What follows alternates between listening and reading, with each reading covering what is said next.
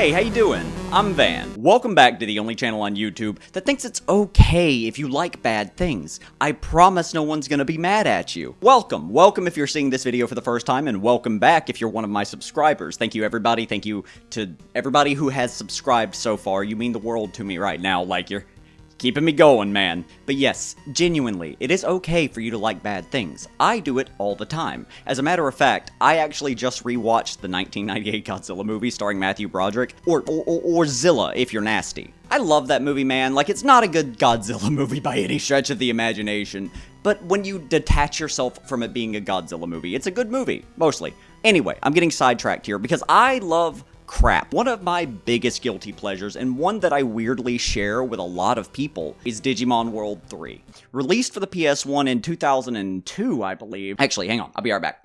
Sorry. I had to go and get something so you know I'm not a poser. Because I've had this strategy guide since 2003. I got it at a flea market in Tallahassee back whenever I lived with my mom. I've just had it ever since. Because, again, I love this game. Digimon World 3 was released in 2002, which notably is 2 years after the release of the PlayStation 2. My only assumption is that this game got kind of caught in development hell a little bit, and Bandai Namco's team that was working on the Digimon World games tried to incorporate a lot and ended up really not doing well in any of them. None of the Digimon World games are very good. Cyber Sleuth is phenomenal. Cyber Sleuth is a great JRPG. Digimon World 1, 2, 3, and 4 are god-awful. I think the first one's the worst, but the third is definitely not good. Despite that, and despite receiving pretty mediocre reviews from critics, it got labeled as one of the PlayStation 1's greatest hits. I assume because everybody had a PlayStation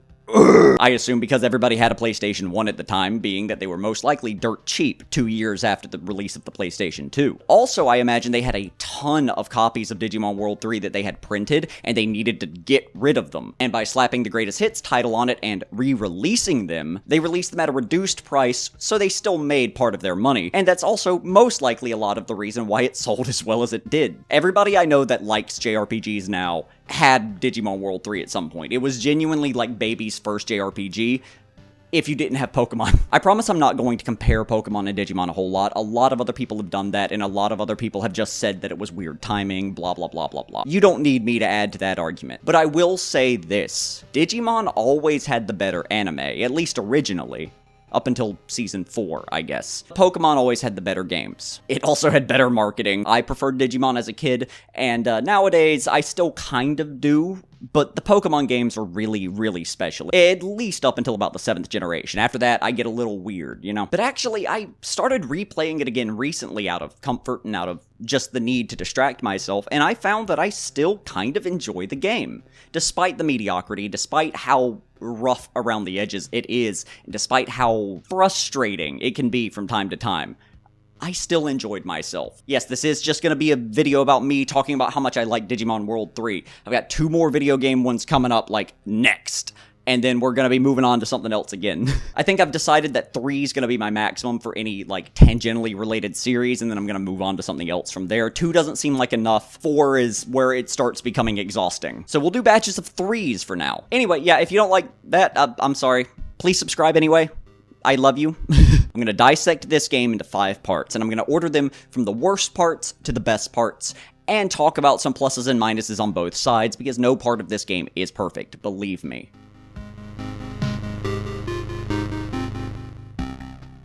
Okay, I know what you're thinking, right? How can a game whose worst aspect is its gameplay still be enjoyable? And we're gonna get there, but let's talk about something first. As a kid, I never beat this game. I never made it to the end of this game as a child for a few reasons. 1, it's long. I'm a completionist. I've always been a completionist. I want to make sure I've done everything and gotten everything in every game that I play. Digimon World 3, which is a game designed and marketed towards children, runs 95 hours long if you try to do everything, at least according to one source I looked at online. That may be unreliable. A more reliable number is over 60. That's already bad enough, but a lot of this game is just going to be grinding. You have to grind in almost every area you enter, because the next area that you enter will be way too tough for you. Area dividers exist to prevent progress. If you go into another area and fight things that are a little too strong for you, or what you assume is going to be a little too strong for you, suddenly you find yourself confronted by a Tyrannomon and you get stomped into the dirt. But that's not where the grinding ends either, because you also have grind whenever it comes to training your Digimon's attributes. I struggled with that sentence, I'm sorry. You have to individually train your Digimon's attributes at the gym. This is something that's been around since Digimon World 1, allowing for a customizable experience with the statistics that you grow,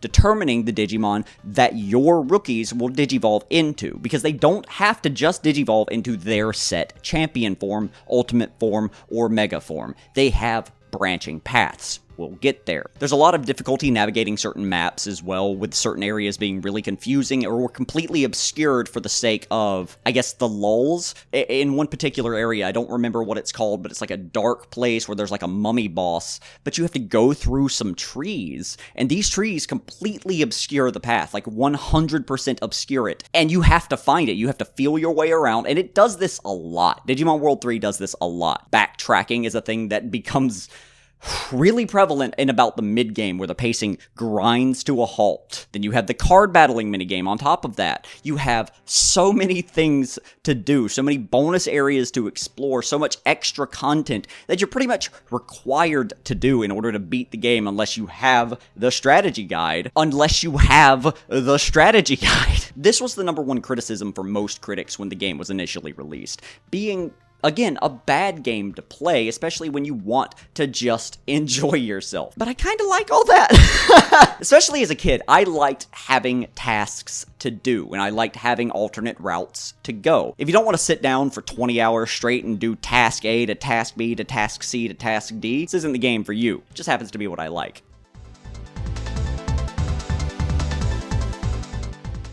So story's important to a JRPG, right? I think we can all agree that. To any real RPG, the story is the glue that holds everything together. Digimon World 3 has a story. It's just an isekai. Like, it is so similar to Sword Art Online that I genuinely think that the author really was influenced from Digimon World 3. It's at least from the intro part. Also, I didn't mention this in the previous section, but I want to make it clear. The intro is the worst part of the game. Once you get past the first, 10 hours, think of it like Starfield, except I enjoy this more than Starfield. But yes, the game opens up with you as a character named Junior and your 2 friends. You are big, huge, massive Digimon fans, and recently, Digital Dive VR, or whatever it's called, I don't remember, has been invented. You may be actually physically traveling to the digital world, considering it's a physical, tangible reality in this game, and in the Digimon universe in general. Anything's possible, but I'm putting it in terms that seem more realistic. The concept of VR is becoming much more feasible here recently, especially with quantum computing now becoming a certain near reality. We're gonna see VR explode. Anyway, yes, they arrive, and whenever they try to leave after doing the first couple of things, they find that they are locked out. The game master appears, causing the sky to go dark, saying that there's a hacker who has entered the game and is causing issues. A whole lot of going from place A to place B to place C to place D occurs, and once you're done with that, you discover that Lucky Mouse, who's the hacker who has been pursued by the AOA, this hacker turns out to be one of your friend's sisters, and in fact, they've now captured your friend. More battles ensue, and eventually you save her and go about your business. I know that seems like a pretty succinct synopsis. I know that seems like it went by relatively quickly. I promise you, the story can be summarized in 2 paragraphs. It's not the main focus. The main focus of this game is the grind. And the Digimon.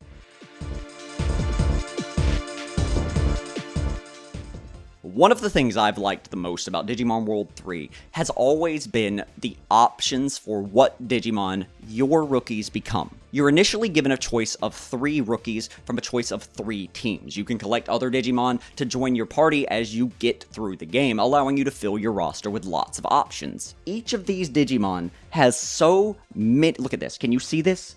Look at how many routes. Look at that, that's crazy! That level of variety alone makes this game really replayable when you really have the time to replay it. Play it at ×2 speed or something, trust me. Surprisingly as well, they also include a lot of Digimon in this game, a pretty large number. That shouldn't really be shocking to me, but the amount of Digimon is really staggering in this game, with different Digimon being in every single biome you go to. Some may be color palette swaps, but generally the ones that are at least lore friendly, like they come from the source still, just being like an amped up version of the Digimon it digivolved from. Couple that with a lot of obscure picks for certain Digimon. Digimon are just cool. Earlier I mentioned the design of Pokemon, allowing them to succeed more easily, being more simple and therefore more easily shareable. Digimon, on the other hand, just go for the over design and they embrace it wholeheartedly. What? Get the fuck out of here. But they embrace it wholeheartedly. Every one of them is over-designed in some aspects, especially once you get into the Ultimates and the Megas. It really influenced my choices and my design choices for characters that I've made. Also, until I was an adult, I didn't know about the virus, vaccine, and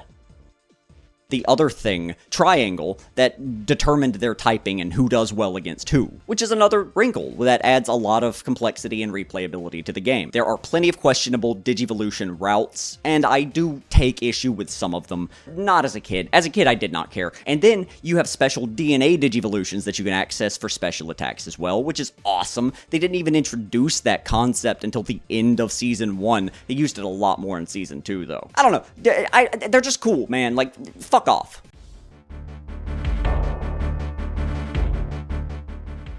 So I'm cheating a little bit here and combining two different aspects into one. I know the title of this section is art design, but we're also including the sound design, because sound design in its own way is art. But both the art design and the sound design are really top notch. The art design we'll talk about first. The physical art design, not the sound design. I know I'm already being confusing here, but the digital world feels like it's manufactured. It feels like everything there is fake in some way, mechanical. It feels like it's emulating a natural environment with natural things, but it's doing so in a constructed way, which makes perfect sense. Wires, cables, circuits, microchips embedded throughout the world. You see mechanical parts sticking out of foliage. It all makes a lot of sense when you really think about it. The digital world is an actual construct. It is something made by our computers, and it takes some similarities from them. We are literally inside of a big computer's storage somehow,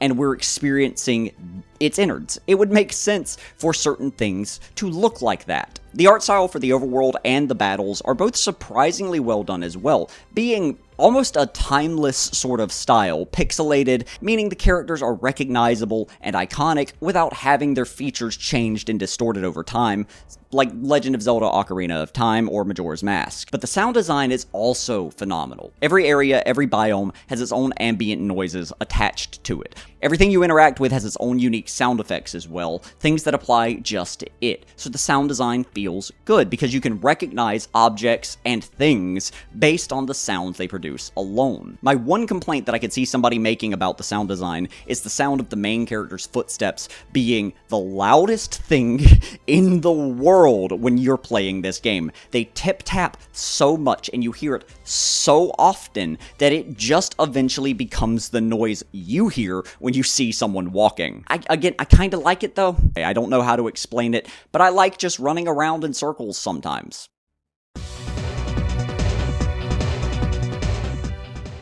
The most memorable experiences and the most memorable sources of media always have good, iconic, recognizable music. Humans are an inherently musical species. Every human culture has music. It is one of the things that connects everybody. It may not be the same music, but music is important to all humans. And they really put their entire pussy into this soundtrack. I can't think of a single song I would consider bad. There are some that are forgettable, but most of those are ambient noise songs that just exist in the background of certain areas. But when they need you to hear a song, you will hear it. The intro, phenomenal. Plays in my head all the time. The save screen also plays in my head all the time. It's like the elevator music thing that plays when I'm thinking. The battle theme, the boss theme, the theme for the inn, everything is just so well done, and I don't really understand why so few people seem to know this. I just want you to go through and listen to the OST for me whenever you have a few minutes to sit down and really browse. You'll be genuinely surprised at how good it is, and that's a lot of the reason why this game still sticks in my mind. When Digimon World 3 first hit the scene, it was already old. They had limitations that they had to use just because of the hardware that they had for this game. Limitations breed innovation, and the electronic noises and the electronic beeps, the pixelated sounds and the compressed noises still kind of fit the vibe of the game. And a game, even one considered bad, that has good music will always hold a place in the hearts of basically everybody who sits down and plays it long enough. I guarantee it.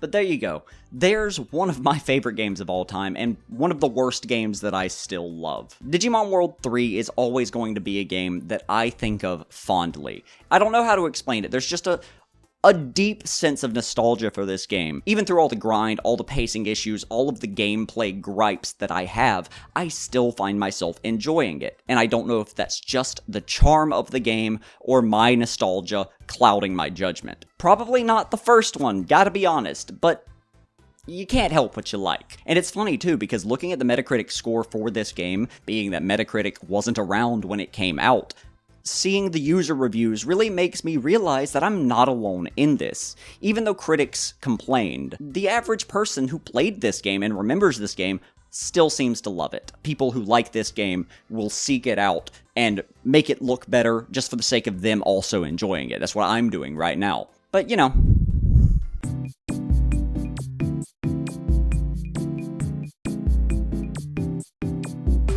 I know, what a conclusion to the video that was. But thank you guys so much for watching. I appreciate all of you so very, very much. Again, I've got 2 more videos coming out immediately after this that are going to be about gaming, all of them from the PS1, so there's a little hint as to what's coming next. I'm going to try to go ahead and record them today, being that I've got oodles and boodles of time now, and edit them throughout the week. I love this game. I hope other people do as well. I'm sure they do. I just like talking about things I like. What can I say?